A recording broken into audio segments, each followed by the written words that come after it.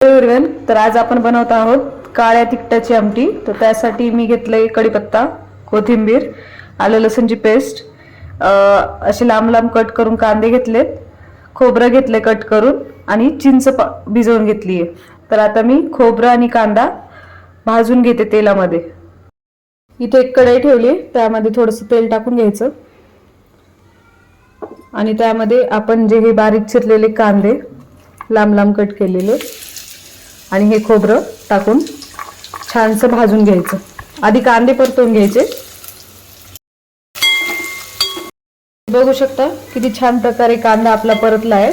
हा काढून घ्यायचा. अशा प्रकारे आपण कांदा काढून घेतला आणि हे जे आपलं खोबरं होतं ते भाजून घ्यायचं. पण छानसं भाजले ते पण आपण ह्याच्यात काढून घेऊ. कांदा आणि खोबरं थोडंसं थंड होऊ द्यायचं. हे कांदा आणि जे खोबरं होतं हे थंड झाल्यानंतर आपण याला मिक्सर करून घेऊया. अशा प्रकारे हे मिक्सर करून घेतलंय. नंतर मी ते कढई ठेवली, त्यामध्ये थोडंसं तेल टाकायचं, कारण आपण ऑलरेडी तेलामध्ये सगळं काही परतून घेतलं होतं, म्हणून खूप थोडंसंच तेल टाकायचं. चांगलं गरम झालं की त्यामध्ये थोडीशी मोहरी, जिरं, कढीपत्ता, लसूणची पेस्ट,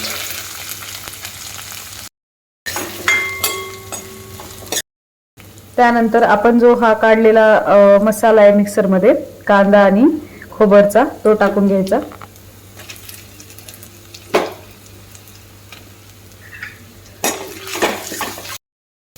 छान परतत येऊ द्यायचं, लालसर थोडंसं होऊ द्यायचं.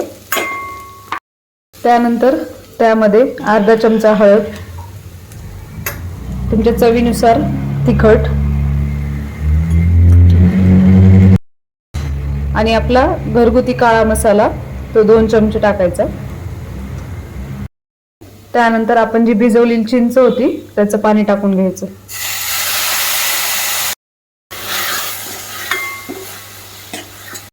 नंतर चवीनुसार मीठ आणि थोडीशी कोथिंबीर टाकून घ्यायची.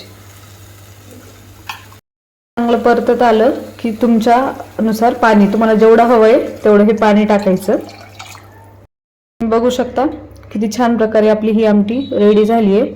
जर तुम्हाला आवडली असेल तर नक्कीच एकदा तुम्ही ट्राय करा. खूप छान ही आमटी होते आणि आंबट पण लागते. खूप छान. थँक्यू.